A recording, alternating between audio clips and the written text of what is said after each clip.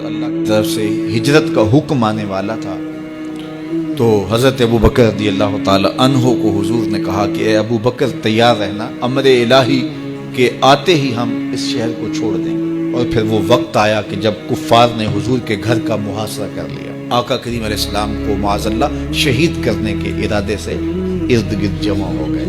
آقا کریم علیہ السلام نے ہاتھ میں خاک پکڑی اور سورہ یاسین پڑھتے ہوئے ان کی آنکھوں میں جھونکتے ہوئے حضور گزر گئے اور انہیں پتہ بھی نہ چلا، اور وہ مکان کا محاصرہ کیے ساری رات کھڑے رہے۔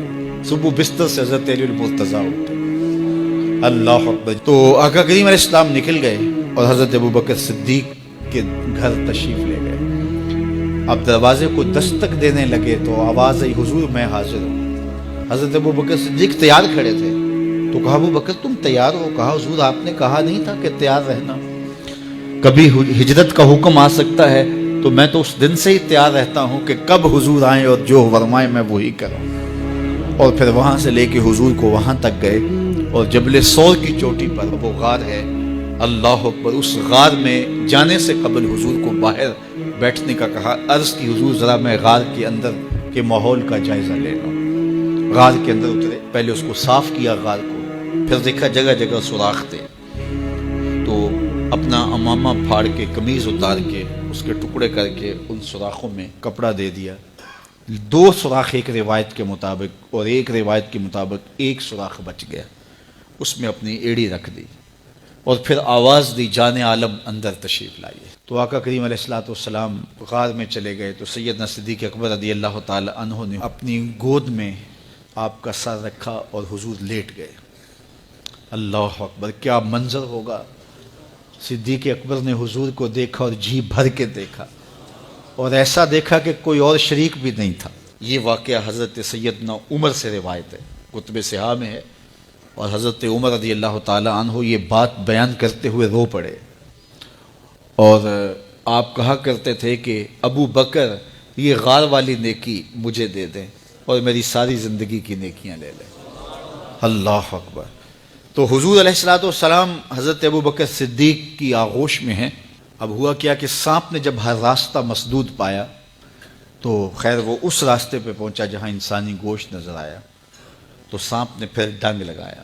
سانپ کا ڈنگ اچانک، تو انسان تو کپ کپا کے رہ جاتا ہے، اچانک تو چیونٹی کاٹ جائے تو انسان کپ کپا کے رہ جاتا ہے، چھپکلی گر جائے اچانک تو بندہ اپنے وجود کو جو ہے وہ متوازن نہیں رکھ پاتا، تو نیچے سے سانپ اور وہ ڈنگ لگا رہا ہے۔